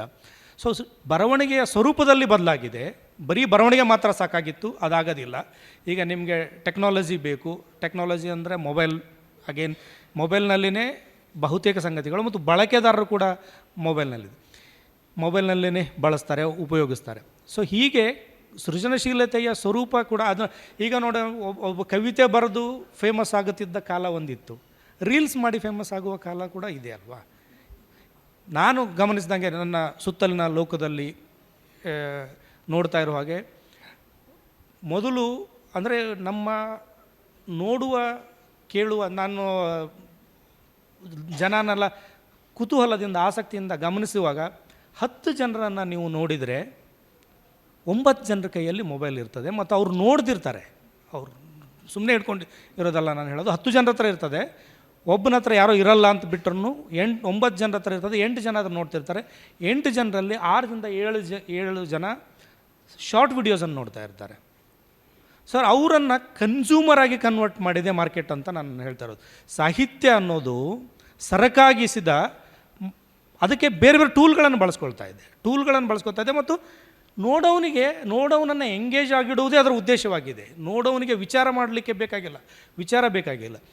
ಹಿಂದೆ ಒಂದು ಕಥೆ ಆದರೆ ಒಂದು 2000 ಕತೆ, 2000 ವರ್ಡಿನ ಕತೆ ಬರೀಬೇಕು, 2500 ಅಂತ ಒಂದು ಪದಮಿತಿ ಹಾಕಿದಾಗ ಲೇಖಕರಿಂದ ಭಾಳ ದೊಡ್ಡ ಆಕ್ಷೇಪ ಬಂತು. ಏನು ನಮ್ಮ ಬರವಣಿಗೆಯ ಸ್ವಾತಂತ್ರ್ಯಕ್ಕೆ ನೀವು ಮಿತಿಯನ್ನು ಹಾಕ್ತಾಯಿದ್ದೀರಿ, ಪದಮಿತಿಯನ್ನು ಹಾಕ್ತಾಯಿದ್ದೀರಿ ಅಂತ ಮಾಧ್ಯಮದ ಮೇಲೆ ಒಂದು ತಕರಾರು ಬಂದಿತ್ತು. ಸೊ ಆ ತಕರಾರು ಸರಿಯಾದದ್ದಾಗಿತ್ತು ಕೂಡ.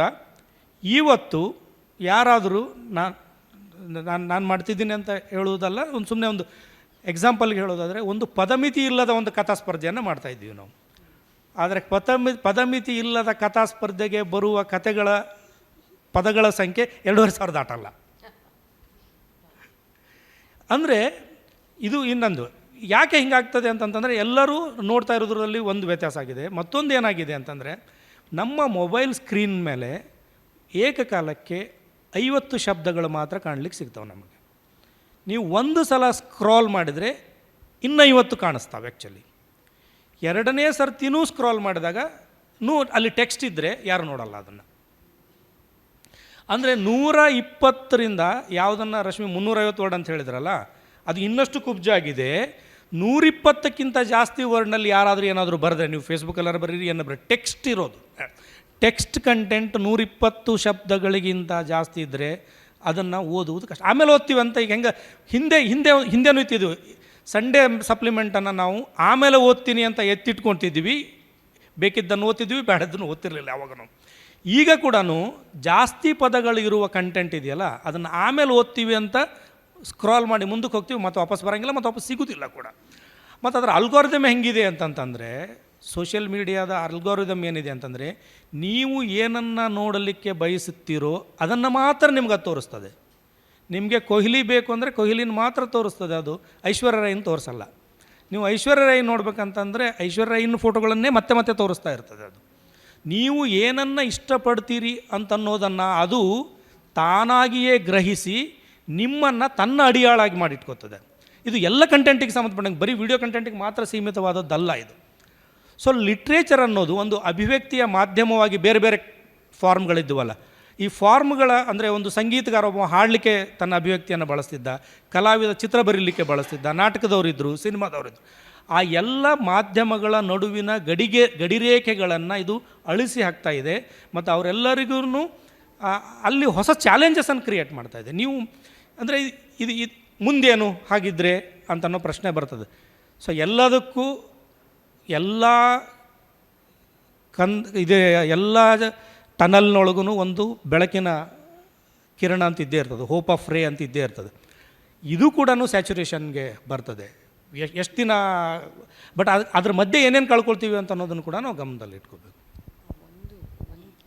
ಒಂದು ವಿಷಯ ಆ್ಯಡ್ ಮಾಡೋಕ್ಕೆ ಇಷ್ಟಪಡ್ತೀನಿ. ದೇವು ಹೇಳ್ದಂಗೆ ನಮ್ಮ ನೋಡುವ ಸ್ಪ್ಯಾನ್ ಸಹ ಕಡಿಮೆ ಆಗ್ತಿದೆ. ರೀಡಿಂಗ್ ಸರ್ವೆ ಮಾಡಿದಾಗ ಮೊದಲೆಲ್ಲ ಪೇಪರು ನೋಡಿಡ್ತಾರೆ ಅಂತ ಹೇಳ್ತಿದ್ರು, ಓದೋಕ್ಕೆ ನೀವು ಹಿಡಿದಿಡಬೇಕು ಅಂತ. ಈಗ ಗ್ಲಾನ್ಸ್ ಮಾಡ್ತಾರೆ ಅಂತ ಹಿಂಗೆ ಸರಿಸ್ತಾರೆ.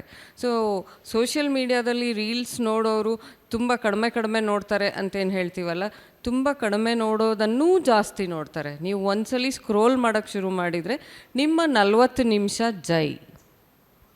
ಆ 40 ನಿಮಿಷದ ನಂತರ ನಿಮ್ಮ ಕಣ್ಣಿಗೆ ದಣಿವಾಗಿ ಒಂದು ಮಿದುಳಿಗೊಂದು ಮೆಸೇಜ್ ಹೋದ ಮೇಲೆ ಇನ್ನೊಂದು ಥಕ್ಕಂತ ಅದು ಬೇಸರ ಆಗಿ ಮತ್ತೊಂದಕ್ಕೆ ಹೋಗ್ತೀರಿ. ಅಲ್ಲಿ ಮತ್ತೊಂದಕ್ಕೆ ಹೋದ್ಮೇಲೆ ಮತ್ತೊಂದು 40 ನಿಮಿಷ ಅಲ್ಲಿ ಜೈ. ಹಾಗಾಗಿ ನಮಗೊಂದು ಸಿನಿಮಾ ಕೂಡ ಪೂರ್ತಿಯಾಗಿ ನೋಡುವ ಸಂಯಮ ಉಳಿದಿಲ್ಲ. ಅದನ್ನು 1.5 ಸ್ಪೀಡಿಗೆ ಹಾಕಿ ನೋಡ್ತೀವಿ. 2 ಸ್ಪೀಡ್ ಇದ್ರಂತೂ ಚಲೋ ಆಯಿತು, ಫಾಸ್ಟ್ ಫಾರ್ವರ್ಡ್ನಾಗ ಸಿನಿಮಾ ನೋಡ್ಬಿಡ್ತೀವಿ. ಆಮೇಲೆ ಹೇಳ್ತೀವಿ ಸಿನಿಮಾ ನೋಡಿದ ಫೀಲೇ ಬರಲಿಲ್ಲ ಅಂತ. ಪುಸ್ತಕ ಓದೋದ್ರದ್ದು ಹಾಗೆ ಆಗ್ತಿದೆ. ಇದು ಯಾಕೆ ಹಿಂಗೆ ಆಗ್ತಿದೆ ಅಂದರೆ ನಮ್ಮ ದೈಹಿಕ ಸಾಮರ್ಥ್ಯ ಅಥವಾ ಮಾನಸಿಕ ಸಾಮರ್ಥ್ಯ ಏನಿದೆಯಲ್ಲ, ಒಂದರಿಂದ ಒಂದಕ್ಕೆ ಜಂಪ್ ಮಾಡೋದು, ಅದು ವ್ಯತ್ಯಾಸ ಆಗ್ತಿದೆ. ನಾವು ಟೈಮ್ ಅಲ್ಲೇ ಕಳೆದ್ರೂ ಮತ್ತೆ ಶಾರ್ಟ್ ಸ್ಪ್ಯಾನ್ಗಳಿಗೆ ಹೋಗ್ತಿದ್ದೀವಿ. ಇದೊಂಥರ ವೈರುಧ್ಯದಲ್ಲಿ ಚಲನೆ ಹೋಗ್ತಿದೆ. ಆದರೆ ಓದು ಹಿಡ್ಕೊಂಡು ಕೂರಬಹುದು ಅನ್ನೋಕ್ಕೆ ನನಗೊಂದು ಆಶಾವಾದ ಇದೆ. ನನ್ನ 2 ಮಕ್ಕಳು ಬುಕ್ಸ್ಟಾಗ್ರಾಮ್ ಆ್ಯಂಡ್ ಬುಕ್ ಟಾಕ್ಗಳನ್ನು ನೋಡಿ ಆಮೇಲೆ ಡಿಸೈಡ್ ಮಾಡ್ತಾರೆ ಯಾವ ಪುಸ್ತಕ ಓದಬೇಕು ಅಂತ. ಸೊ ಹಂಗೂ ಅದು ಹೆಲ್ಪ್ಫುಲ್ ಆಗಿದೆ. ಸೊ ಇದೊಂಥರ ರಿಮೋಟ್ ನಮ್ಮ ಕೈಲಿದೆ, ನಾವೇನು ಆಯ್ಕೆ ಮಾಡ್ಕೋತೀವಿ ಅನ್ನೋದು ನಮ್ಮ ಮನಸ್ಥಿತಿಗೆ ಬಿಟ್ಟಿದ್ದು. ಒಂದು ನಿಮಿಷ ಈಗ ಒಂದು ನಿಮಿಷ ಸರ್. ದೇವರು ಹೇಳಿದರು ಸಾಮಾಜಿಕ ಮಾಧ್ಯಮ ಅನ್ನುವಂಥದ್ದು ನೋಡುಗರನ್ನು ಒಂಥರ ಎಂಗೇಜ್ ಮಾಡಿಡ್ತದೆ ಅಂತ. ಆದರೆ ಸಾಹಿತ್ಯ ಹಂಗಲ್ಲ. ಸಾಹಿತ್ಯಕ್ಕೆ ಒಂದು ಉದ್ದೇಶ ಇರಬೇಕು, ಒಂದು ಕೇಂದ್ರ ವಸ್ತು ಇರಬೇಕು. ಅದು ಸಾಮಾಜಿಕ ಮಾಧ್ಯಮದಿಂದ ಆಗ್ತಾ ಇದೆಯಾ?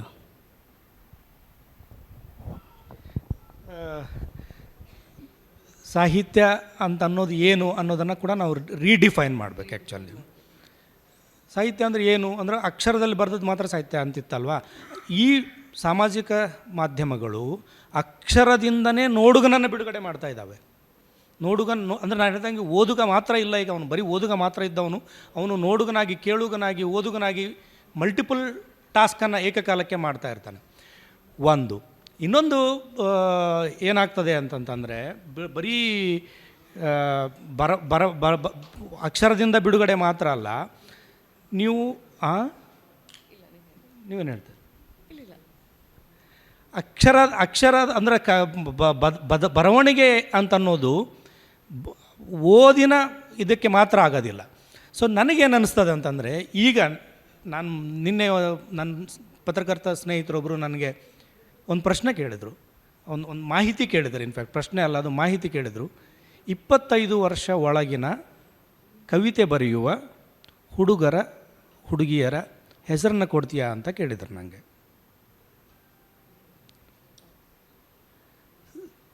ಭಾಳ ಕಷ್ಟಪಟ್ಟು ಅಂದರೆ ನನಗೇನೆ ಒಂದು ಭಾಳ ಅಹಂಕಾರ ಇತ್ತು ನನಗೆ. ಆ್ಯಕ್ಚುಲಿ ಭಾಳ ಒಂದು 30 ವರ್ಷದಿಂದ ಸಾಹಿತ್ಯದಲ್ಲಿ ಎಲ್ಲ ಸ್ನೇಹಿತರು ಗೊತ್ತಿದ್ದಾರೆ, ಓದ್ತೀವಿ ಮಾಡ್ತೀವಿ ಅಂತೆಲ್ಲ.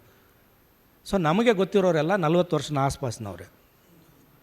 ಸೊ ಕನ್ನಡ ಮೀಡಿಯಮ್ ಅನ್ನೋ ಪ್ರಶ್ನೆ ಇದೆಯಲ್ಲ, ಅದು ಜೀವನ ಮರಣದ ಪ್ರಶ್ನೆ ಅಂತ ಅನ್ನೋದನ್ನು ಭಾಳ ಜನ ಅಂದ್ಕೊಂಡಿಲ್ಲ. ಅದನ್ನ ಕನ್ನಡ ಓದುಗರು ಇಲ್ಲದ ಕಾಲದಲ್ಲಿ ಹೆಂಗೆ ನಾನು ಆಗಲೇ ಹೇಳಿಕೊಟ್ಟಿದ್ದೆ ಅಂದರೆ, ಸಾಹಿತ್ಯ ಅನ್ನೋದು ಅಕ್ಷರದಿಂದ ಬಿಡುಗಡೆ ಪಡೆದ ಸ್ವರೂಪದಲ್ಲಿ ಇದೆಯಲ್ಲ, ಹಾಗೆಯೇ ಕನ್ನಡ ಓದುಗರು ಇಲ್ಲದ ಕನ್ನಡ ಮಾತನಾಡುವ ಲೋಕ ಒಂದು ಕ್ರಿಯೇಟ್ ಆಗ್ತಾ ಇದೆ.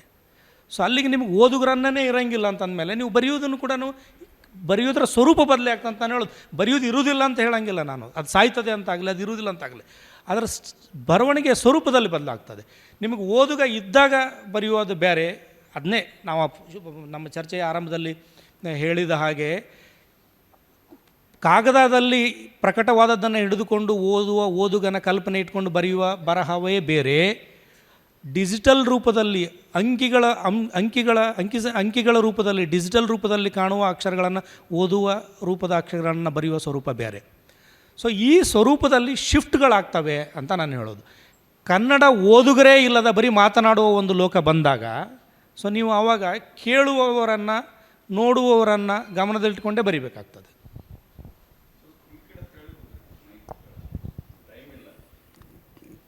ಮೇಡಮ್ ಅವ್ರಿಗೊಂದು ಪ್ರಶ್ನೆ ಕೊನೆಯದು. ಇವರೆಲ್ಲ ಇಷ್ಟೆಲ್ಲ ಹೇಳಿದರು ಸರ್, ಆದರೆ ನನಗನ್ನಿಸ್ತಾ ಇದೆ ಆ ಪುಸ್ತಕ ಓದುವಂತಹ, ಪತ್ರಿಕೆ ಓದುವಂತಹ ಖುಷಿ ಬಹುಶಃ ಈ ಸಾಮಾಜಿಕ ಜಾಲತಾಣ ಕೊಡೋದಿಲ್ಲ ಅಂತ ಅನ್ನಿಸ್ತದೆ.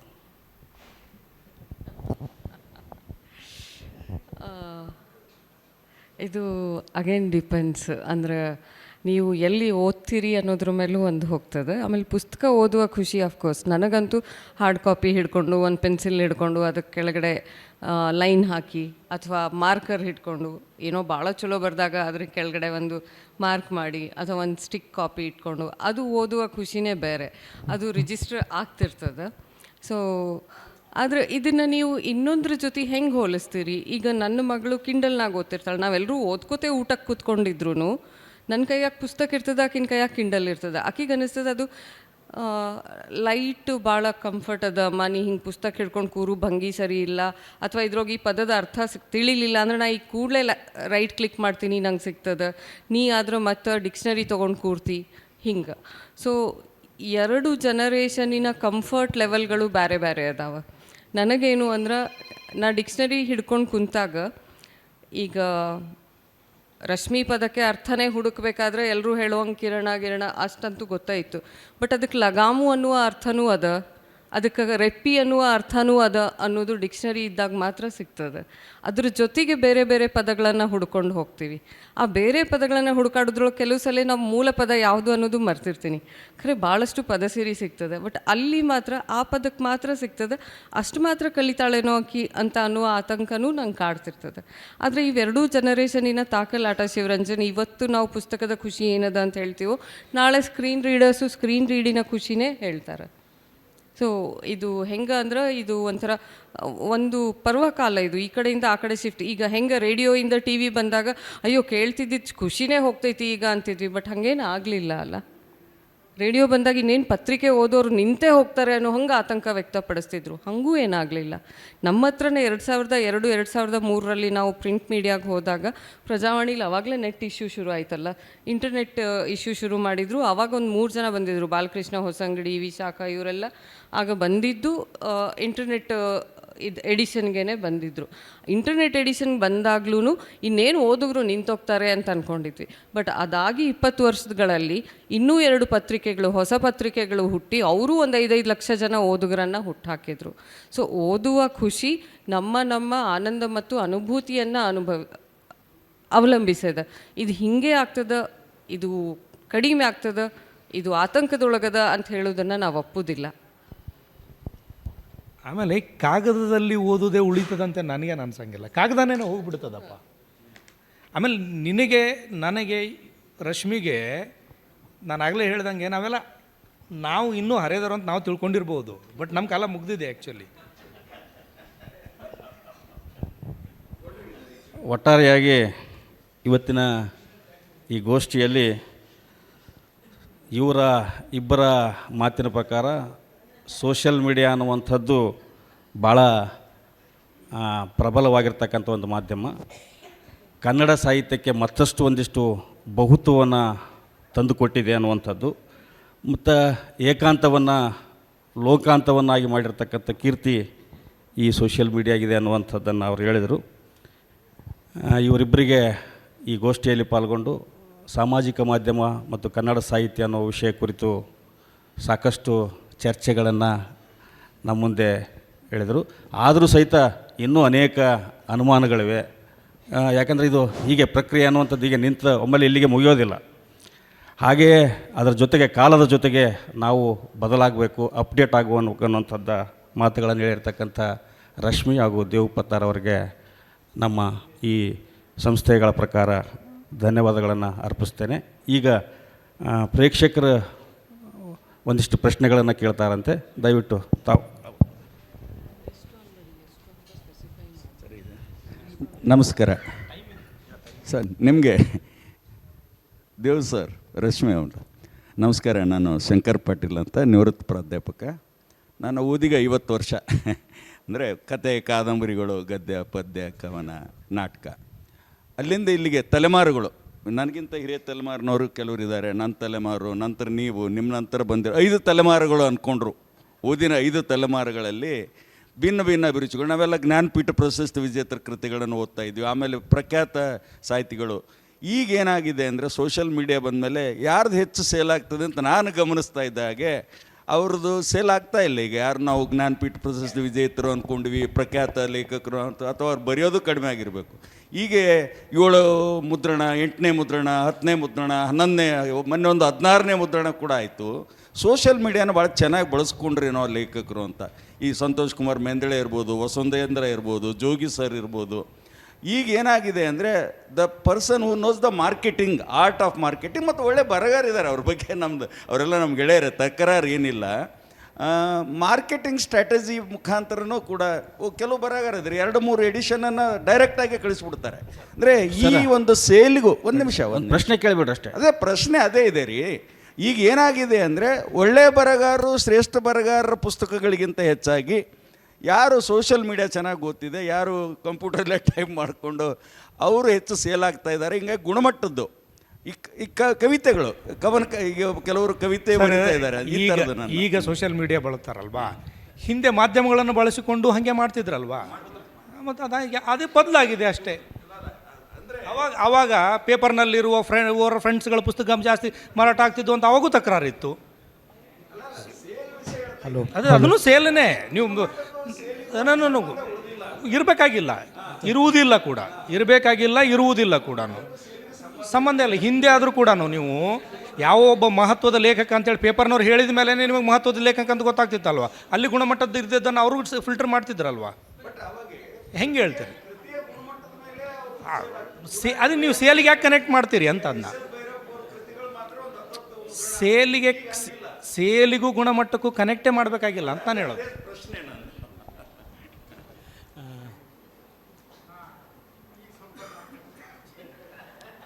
ರೇ ಆಫ್ ಹೋಪ್ ಅಂತ ತಾವು ಒಂದು ಫ್ರೇಸನ್ನು ಬಳಸಿದ್ರಿ ಸರ್.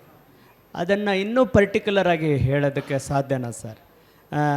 ಈಗ ಅಂದರೆ ದೊಡ್ಡವರು ಮತ್ತು ಎಲ್ಲ ತಲೆಮಾರಿನವರು, ಈಗ ನಾವು ರಶ್ಮಿ ಮೇಡಮ್ ಅವರ ಬಹುತೇಕ ಲೇಖನಗಳನ್ನು ಅವರ ಫೇಸ್ಬುಕ್ ವಾಲ್ನಲ್ಲಿ ನೋಡಿದ್ದೀವಿ. ಮತ್ತು ಎಲ್ಲದಕ್ಕೂ ಸ್ಪೇಸ್ ಸಿಗ್ತಾ ಇಲ್ಲ. ಈಗ ನಾವೇನೇ ಬರೆದೂ ಅದನ್ನೆಲ್ಲನೂ ಪ್ರಿಂಟ್ ಮಾಡುವ ಅಥವಾ ಅದನ್ನು ಪ್ರಕಟಿಸುವ ಇದಿಲ್ಲ. ಆ ರೇ ಆಫ್ ಹೋಪ್ ಇದೆಯಲ್ಲ ಸರ್, ನಿಮ್ಮ ಅಬ್ಸರ್ವೇಷನ್ನಲ್ಲಿ ತುಂಬ ಕನ್ಸಿಡರಬಲ್ ಆದಂಥ ರೀತಿಯಲ್ಲಿ ಕೆಲವರು ಇದ್ದಾರೆ. ಅದ್ರ ಬಗ್ಗೆ ಒಂದಿಷ್ಟು ಏನಾರು ಹೇಳೋದು. ನಾನು ಹೇಳುವಾಗ ಏನಂತಂದರೆ, ಬದಲಾಗ್ತಾ ಇರ್ತದೆ, ಬದಲಾವಣೆ ಒಂದೇ ಶಾಶ್ವತ ಅಂತ. ಬದಲಾಗ್ತಾ ಇರ್ತದೆ, ಬದಲಾದಂಗೆ ಸ್ವರೂಪ ಕೂಡ ಬದಲಾಗ್ತದೆ ಅಂತ. ಯಾವುದು ಸಾಯ್ತದೆ, ಯಾವುದು ಉಳಿತದೆ, ಎಷ್ಟಿರ್ತದೆ, ಹೇಗಿರ್ತದೆ ಅಂತ ಅನ್ನೋದಿಲ್ಲ. ಬಟ್ ಈಗ ನೀವು ಸಿನಿಮಾಕ್ಕಾದರೂ ಕೂಡ ಹಿಂದೆ ಅಕ್ಷರ ಬೇಕಲ್ವಾ. ಸ್ಕ್ರಿಪ್ಟ್ ಇದ್ರೇ ಸಿನಿಮಾ ಮಾಡಲಿಕ್ಕೆ ಸಾಧ್ಯ ಇರೋದು, ಸ್ಕ್ರಿಪ್ಟ್ ಇದ್ರೇ ನಾಟಕ ಮಾಡಲಿಕ್ಕೆ ಸಾಧ್ಯ ಇರೋದು. ಆದರೆ ಈಗ ಏನಾಗ್ತಾ ಇದೆ ಅಂದರೆ, ಈ ವರ್ತಮಾನದ ರಂಗಭೂಮಿ ಅಂತ ಹೇಳೋದಾದರೆ ನಾಟಕಗಳಿಲ್ಲದ ರಂಗಭೂಮಿ ಇವತ್ತಿಂದು. ಸೊ ನಾಟಕ ಬೇಕಾಗಿಲ್ಲ ಇವತ್ತು ರಂಗಭೂಮಿಗೆ. ಅವರು ರಂಗ ಭಾಷೆ ಎಷ್ಟೊಂದು ಸದೃಢವಾಗಿ ಕಟ್ಕೊಳ್ತಾ ಇದ್ದಾರೆ ಅಂತಂತಂದರೆ, ನಾಟಕದಿಂದ ರಂಗಭೂಮಿಯನ್ನು ಕಟ್ಟುವ ಪ್ರಾಸೆಸ್ನಲ್ಲಿ ಚೇಂಜ್ ಆಗಿದೆ ಅಲ್ವಾ. ಸಿನಿಮಾ ಸ್ಕ್ರಿಪ್ಟ್ ಇಟ್ಕೊಂಡು ಸಿನಿಮಾ ಮಾಡ್ತಾರದ್ದು ಚೇಂಜ್ ಆಗಿದೆ ಅಲ್ವಾ. ಹಾಗೆ ಸಾಹಿತ್ಯದ ಬರವಣಿಗೆಯ ರೀಚಿನ ಆಧಾರದ ಮೇಲೆ, ಮಾಧ್ಯಮದ ಆಧಾರದ ಮೇಲೆ ಬದಲಾಗ್ತದೆ. ಆ ಬದಲಾವಣೆ ಇವತ್ತು ನಾವು ಹಿಂಗೆ ಮಾತಾಡ್ತಾ ಇದ್ದೀವಲ್ಲ, ಇದನ್ನು ನಾವು ಒಂದು 5 ವರ್ಷದ ಹಿಂದೆ ನಾವು ಯೋಚನೆ ಮಾಡಿದರೆ, 5 ವರ್ಷದಿಂದ ನಾವು ಇದ್ವಲ್ಲ, ಅವಾಗ ಯೋಚನೆ ಮಾಡಿದಾಗ ಹಿಂಗೆ ಮಾತಾಡ್ಬೋದು ಅಂತ ನಾವು ಅಂದಾಜೇ ಮಾಡಿರಲಿಲ್ಲ. ಸೊ ಹೊಸ ತಂತ್ರಜ್ಞಾನ ಮತ್ತು ಆ ಟೆಕ್ನಾಲಜಿ ಕೊಡುವ ಟೂಲ್ಗಳಿದಾವಲ್ಲ, ಆ ಟೂಲ್ಗಳು ಬದಲಾದಂಗೆ ಅದರ ಕನ್ಸ್ಟ್ರಕ್ಷನಿನ ಸ್ವರೂಪ, ಬಳಸುವ ಸ್ವರೂಪ, ರಿಸೀವ್ ಮಾಡುವ ಸ್ವರೂಪದಲ್ಲಿ ಕೂಡ ಶಿಫ್ಟ್ ಆಗ್ತದೆ. ಸೊ ಎಲ್ಲದಕ್ಕೂ ಒಂದು ಸ್ಯಾಚುರೇಷನ್ ಪಾಯಿಂಟ್ ಅಂತ ಇದ್ದೇ ಇರ್ತದೆ. ಈಗ ಇದ್ದಕ್ಕಿದ್ದಂಗೆ ಮತ್ತೆ ಕಾಗದದಲ್ಲಿ ಓದುವಂಥದ್ದು ಬರ್ಬೋದು, ಕಾಗದದಲ್ಲೇ ಬರ್ತದೆ ಅಂತ ನಾನು ಹೇಳಲಾರೆ. ಅಥವಾ ಸ್ವರೂಪ ಬದಲಾಗ್ತದೆ. ಅದು ಹೇಗೆ ಬದಲಾಗ್ತದೆ ಅಂತ ಅನ್ನೋದನ್ನು, ಟೆಕ್ನಾಲಜಿ ಎಷ್ಟು ಸ್ಪೀಡ್ ಹೋಗ್ತಾ ಇದೆಯೋ ಅಂತಂದರೆ, ನಾವು ಇವತ್ತು ಯಾವುದನ್ನು ತಂತ್ರಜ್ಞಾನ ಅಂತ ಮಾತಾಡ್ತಾ ಇದ್ದೀವೋ ಅದು 20 ವರ್ಷ ಹಿಂದಿಂದಿದೆ ಆ್ಯಕ್ಚುಲಿ. ಸೊ ಅದು ಅಷ್ಟು ಸ್ಪೀಡಾಗಿ ಅದ್ರ ಜೊತೆಗೆ ನಾವು ಓಡೋಕ್ಕಾಗುತ್ತಾ ಅಂತಂದರೆ ಖಂಡಿತವಾಗಿ ಓಡಲಿಕ್ಕೆ ಸಾಧ್ಯ ಇದೆ.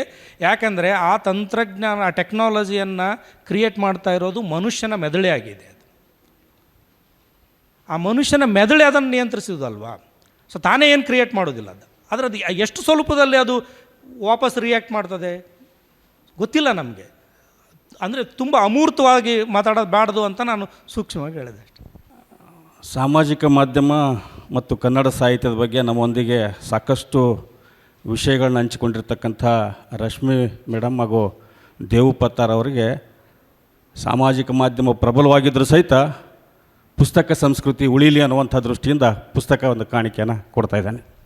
ಸಂವಾದವನ್ನು ನಡೆಸಿರ್ತಕ್ಕಂಥ ಮತ್ತು ನಡೆಸಿಕೊಟ್ಟಿರ್ತಕ್ಕಂಥ ಎಲ್ಲ ಮಹನೀಯರಿಗೆ ಧನ್ಯವಾದಗಳು.